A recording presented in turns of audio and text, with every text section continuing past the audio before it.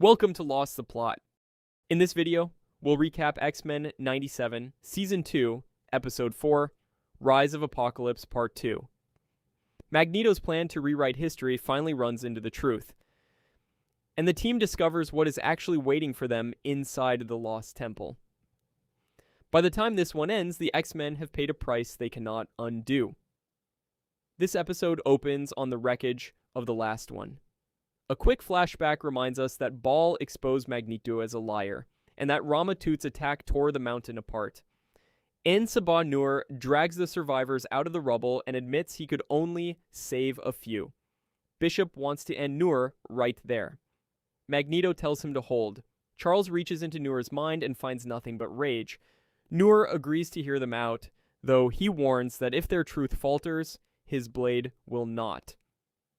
Bishop is furious about being made a chaperone to a group trying to rewrite the timeline with the worst mutant who ever lived. Nightcrawler points out that not everyone here backed Magneto's plan. Magneto counters that Bishop has traveled back to save his own future before.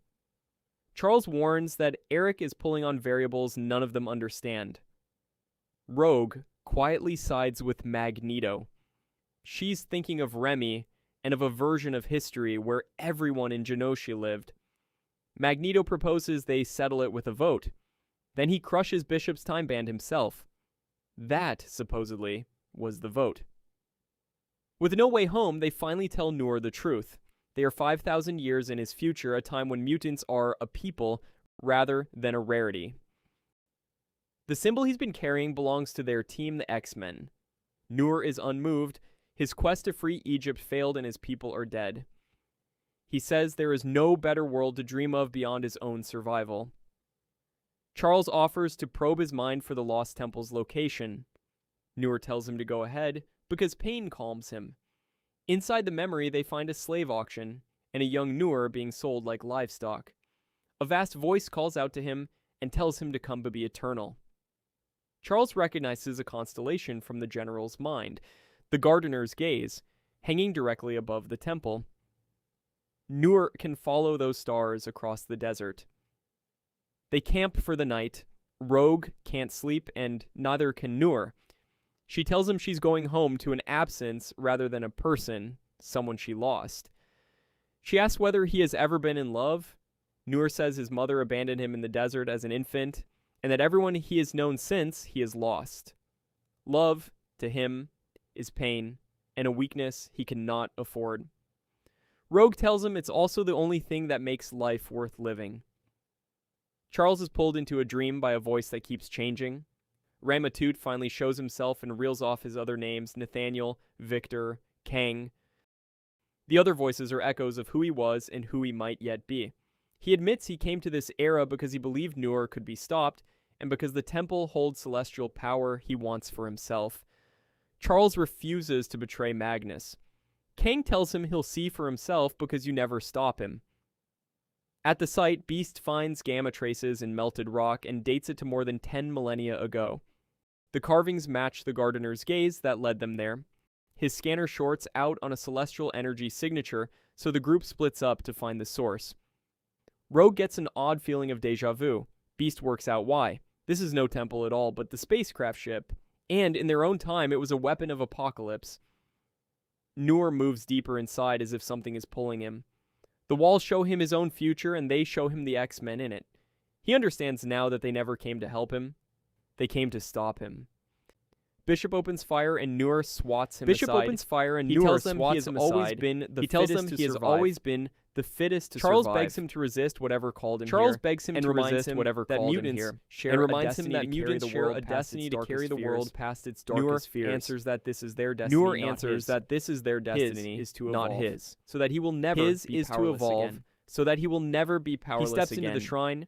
The celestial Isan tells him that all creation is forged through destruction, and that he will be the end of things, and that he will be the end of the words. He is the rocks of the eternal shore. He is the all that crashes against him will be broken, and all that crashes against him will be broken. Beast salvages parts from ship and repairs the time bands. Rogue argues they can't leave now that they've handed Apocalypse his own beginning. Magneto ends the debate by sending the X-Men home without him. He made this mess, and he refuses to let them die cleaning it up. He tells Charles he is only keeping his word to bring him home. Nur emerges transformed and asks who is the god now and who is the insect. He orders Ship to carry him to Rama-Tut's city. Magneto tries one last time and tells him he once believed violence could heal the world.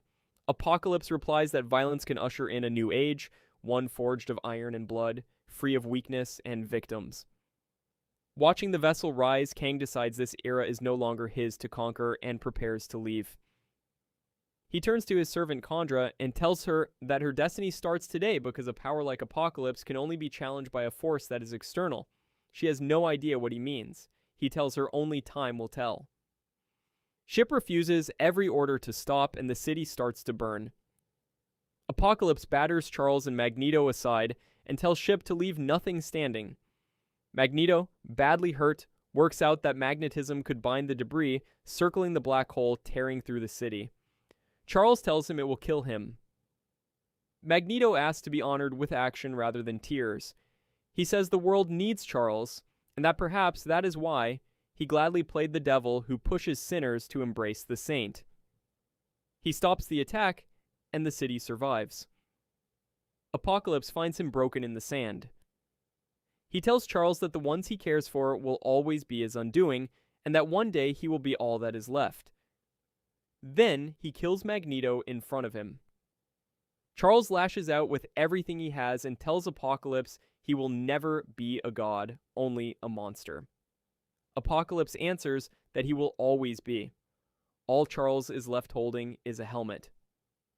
After the credits, we're back in the present on a rooftop in Paris. Wolverine meets Captain America and Black Widow, who hand him a file stamped Weapon X. Cap warns him he can't go after these people alone.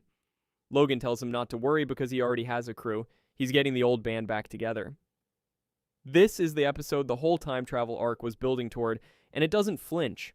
Magneto spends 3 episodes insisting he can bend history into something kinder, and the episode answers him by making him the price. It's a bleak, beautifully staged half an hour of television that turns a villain's origin into a story about the man who accidentally wrote it. Thanks for watching. Remember to like, subscribe, and hit that notification bell.